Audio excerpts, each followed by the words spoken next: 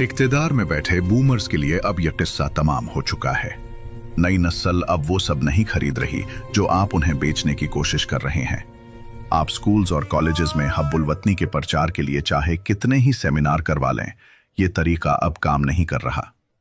हब्बुल वतनी कुदरती तौर पर आती है जब बराबर के मौके हों, मजबूत इंफ्रास्ट्रक्चर हो और मुअस्सर निज़ाम मौजूद हो। जब आप अपने लोगों को बुनियादी ज़रूरियात और हकूक देंगे तो आपको तलबा को ये बताने के लिए स्कूल्स के चक्कर नहीं लगाने पड़ेंगे कि उन्हें अपने मुल्क से मोहब्बत करनी चाहिए, वो खुद ब खुद करेंगे। ये नौजवान जहन, ये जेन जेड और अल्फाज ये बखूबी जानते हैं कि क्या हो रहा है। हब्बुल वतनी का मंजन बेचने की आपकी मुसलसल कोशिशों के बावजूद ये आपके इरादों के आर पार देख रहे हैं। इंटरनेट का शुक्रिया और जो थोड़ी बहुत तालीम हमारे पास बच्ची हैं उसका शुक्रिया। अवाम को जाहिल रखने की आपकी तमाम तर कोशिशों के बावजूद आप नाकाम हो चुके हैं। आप लोगों को ये बताने में नाकाम हो चुके हैं कि उन्हें क्या सोचना चाहिए, वो अब खुद सोच रहे हैं। हो सकता है कि वो बोलने से थोड़ा डरते हों क्योंकि वो सांस लेते रहने को तरजीह देते हैं, लेकिन वो आपकी खुद साख्ता परहेजगारी और नेकी के उस ढोंग को साफ देख सकते हैं जो आपने बड़ी होशियारी से रचाया है। हो सकता है आप ताकत के जोर पर इक्तिदार में टिके रहें, लेकिन लोगों को आपकी कोई परवाह नहीं। आप सिक्योरिटी के बगैर अपने घर से बाहर कदम नहीं निकाल सकते। अगर ये बात लोगों में आपकी मकबूलियत या उसकी कमी को बयान करने के लिए काफी नहीं, तो आपको नजरसानी करने की जरूरत है।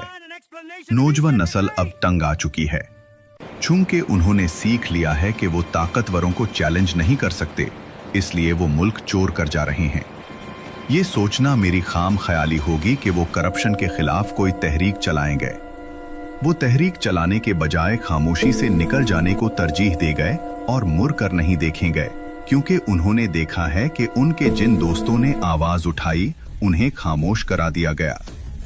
लेकिन पुरानी नस्ल के लिए अब सब खत्म हो चुका है, उनका कोई मुस्तकबिल नहीं।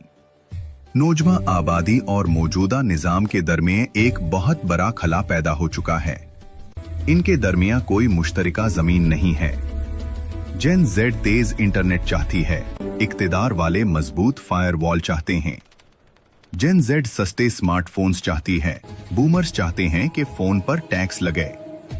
नौजवान फ्रीलांसिंग में आसानियां चाहते हैं, हुक्मरान पाबंदियां बढ़ाना चाहते हैं। इनके बीच कोई समझौता मुमकिन नहीं, और यही वो मकाम है जहां पुरानी नस्ल हार चुकी है। आप जितनी चाहें जंगे रचा लें, जेन जेड उस पर मीम्स बनाएगी। मेन स्ट्रीम मीडिया को सेंसर कर लें, यह नौजवान रंबल, यूट्यूब और डिस्कॉर्ड पर जाकर अपनी राय का इजहार करेंगे। बूमर्स, अब आप ख्यालात को सेंसर नहीं कर सकते। वो दिन गए जब आप लोगों को बेवकूफ बना सकते थे। अब कोई बेवकूफ नहीं बन रहा। हाँ, हमारे पास लाइब्रेरीज नहीं हैं। हाँ, हम अपार्टमेंट का किराया देने की सकत नहीं रखते। हाँ, हम अब गाड़ी खरीदने के काबिल नहीं रहे। आपकी मेहरबानियों से जो माइशत हमें विरसे में मिली है वो आपकी इखलाकियत से भी बदतर है। लेकिन इन सब के बावजूद हम किताबों, सोशल मीडिया और कॉफी शॉप्स में सुकून ढूंढते हुए घिसत रहे हैं। हम टीवी पर आपकी बातें नहीं सुनते क्योंकि अक्सर औकात आप जो कहते हैं वो जुनूनियत लगता है। हमारे पास उसके लिए स्टैंड अप कॉमेडी मौजूद है। हम मेन स्ट्रीम मीडिया क्यों देखें? वक्त बदल रहा है, लेकिन आपको परवाह नहीं। आपके बच्चे बाहर हैं, आप करोड़ों कमा रहे हैं, आप बेलगाम ताकत के मज़े लूट रहे हैं, आपको भला क्यों परवाह होगी? आपको तब एहसास होगा जब कोई आपको सुनने वाला नहीं बचेगा। आप जानते हैं क्यों? क्योंकि जेन जेड ने अपने हेडफोन्स लगा रखे हैं और उनका स्पॉटिफाई पेड है। अगर हालत नाकाबिले बर्दाश्त हुए तो आधाए नौजवान मुल्क छोड़ देंगे और बाकी आधाए आपको अपना म्यूजिक जबरदस्ती सुनेंगे और वो म्यूजिक अच्छा नहीं होगा। बूमर्स, अब बहुत हो चुका। हम अब आपका बयानिया नहीं खरीद रहे। यह अब घिस चुका है।